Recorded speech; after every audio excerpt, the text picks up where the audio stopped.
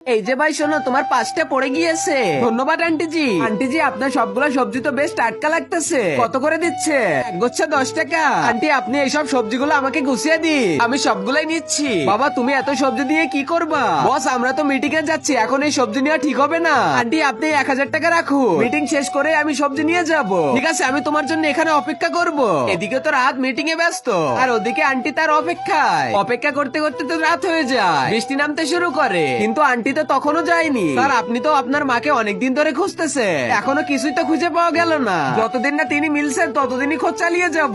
Sir, আপনাকে তো ওই সবজি বিক্রেতার কাছ থেকে সবজি নিতে হবে। আমার তো কোনো ইচ্ছাই ছিল না ওনার সবজি নেওয়া, আমি তো মিথ্যা বলে ওনাকে একটু সাহায্য করতে চেয়েছিলাম। এখন চলো গাড়ি বের করো, বাড়ি যেতে হবে। এই যে ওই তো সেই আন্টি, শুনো, গাড়িটা থামাও। শেষ পর্যন্ত তুমি চলে আসলে, আমি তো কতক্ষণ ধরে তোমার জন্য অপেক্ষা করতেছি। আন্টি, এত জোরে বৃষ্টি হচ্ছিল, আপনি বাড়ি যাননি কেন?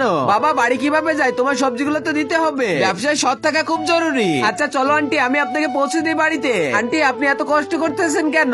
আমার একটা ছেলে আছে, সে শহরে কাজ করে, শহরে অনেক খরচ, তাই তো ওকে আমি একটু সাহায্য করতে চাই। বাবা, এখানে গাড়িটা থামাও, আমার বাড়ি চলে এসেছে, তোমাকে অনেক ধন্যবাদ। বাবা, আচ্ছা আন্টি, বাই। তখনই রাহাত দেখে আন্টির হাতে একটি লকেট পরা আছে। আরে এই লকেটটা তো ঠিক আমার মতো। তারপরে যা হলো, তার আগে মহান আল্লাহকে তুমি ভালোবাসলে লাইক এন্ড সাবস্ক্রাইব করে দাও, আর পার্ট 2 দেখতে চাইলে অবশ্যই কমেন্টে পার্ট 2 লিখো।